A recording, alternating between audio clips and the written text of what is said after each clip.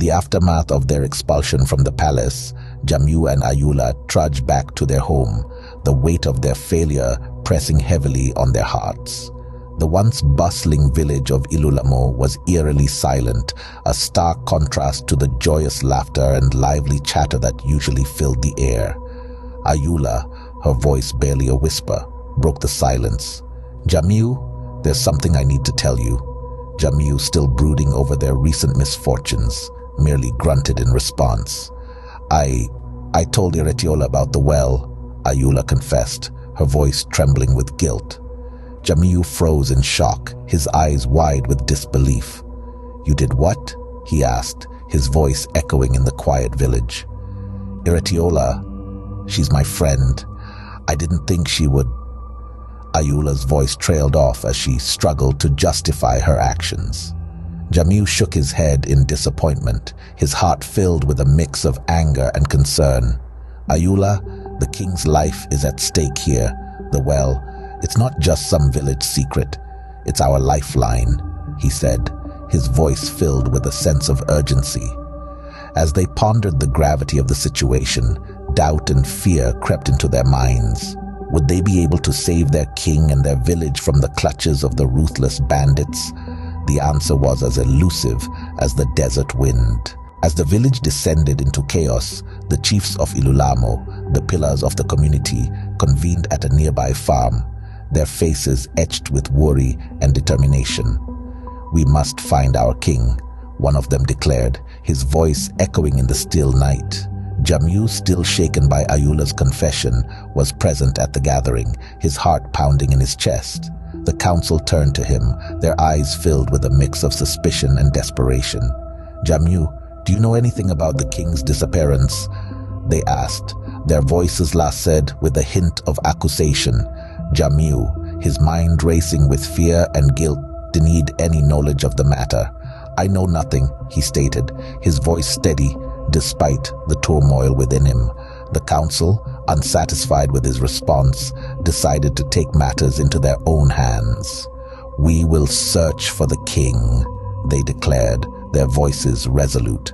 As they dispersed, a sense of urgency and fear hung in the air. Meanwhile, Jamiu was left alone with his guilt and the knowledge that he might be the only hope for their king and their village. As the night deepened, the village of Ilulamo braced itself for the challenges that awaited them. As the shadow of the night deepened, the chiefs of Ilulamo, weary from their unsuccessful search, convened once again under the ancient tree of wisdom.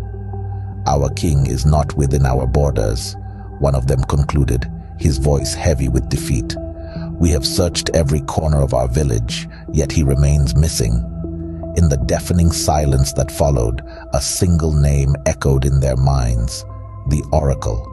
Known for her uncanny foresight, she was their last hope. With a newfound determination, they journeyed through the ominous forest, the moon their only guide. "You seek your king," she stated, her voice a mere whisper in the wind. "Your king is not here. He is in a distant land, held captive by shadows of greed," the oracle revealed, her voice echoing in the silence. A gasp escaped the chiefs, their faces paling at the revelation. "The peace of Ilulamo will be restored only when your king returns," she continued, her gaze fixed on the flickering flame before her.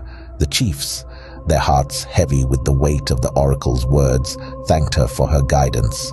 As they left her humble abode, a sense of determination replaced their earlier despair. Their journey had just begun. Their king was out there, and they would stop at nothing to bring him back. As they trudged back to the village, the oracle's prophecy echoed in their minds, a beacon of hope in their mission. The chiefs, armed with the prophecy of the oracle, set out at dawn, their hearts heavy, but their spirits unyielding. "We must reason with the bandits," they concluded, their resolve echoing in their determined voices. As they approached the palace, the once grand edifice now a shadow of its former glory, they were met with scornful laughter. "What brings the mighty chiefs of Ilulamo to our doorstep?"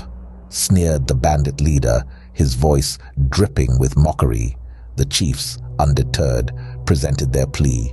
The well is the lifeblood of our village. Its secret must not be misused. We request you to share its water with our people." Their plea was met with derision. "Why would we share what we possess?" the bandit leader retorted, his eyes gleaming with greed. "Your king is gone, and we control the water. We will sell it to those who can afford it and drink it ourselves," he declared, his words a brutal blow to the chiefs. The bandits, emboldened by their leader, unleashed a wave of violence on the chiefs, driving them away from the palace.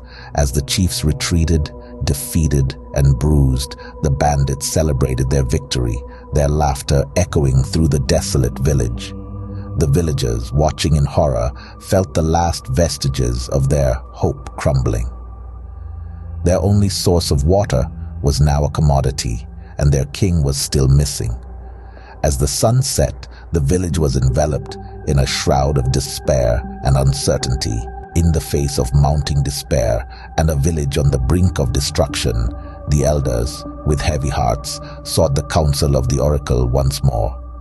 "Only the one to whom the king revealed the secret of the well can find the king," she reiterated, her words echoing in the stillness of the room. The elders exchanged worried glances, the gravity of the situation sinking in. But who could that be? They pondered, their eyes darting towards Jamiu, suspicion looming in their gaze. Jamiu, aware of the growing mistrust, maintained his silence, the guilt gnawing at his conscience. Meanwhile, the villagers, desperate and thirsty, fell into a state of pandemonium. The bandits took advantage of their desperation, selling the precious water at exorbitant prices. As the village succumbed to chaos, the elders, consumed by their desperation, made a decision. "We must find the one who knows the secret, for the fate of our village rests in their hands," they declared, their voices echoing with determination. To be continued.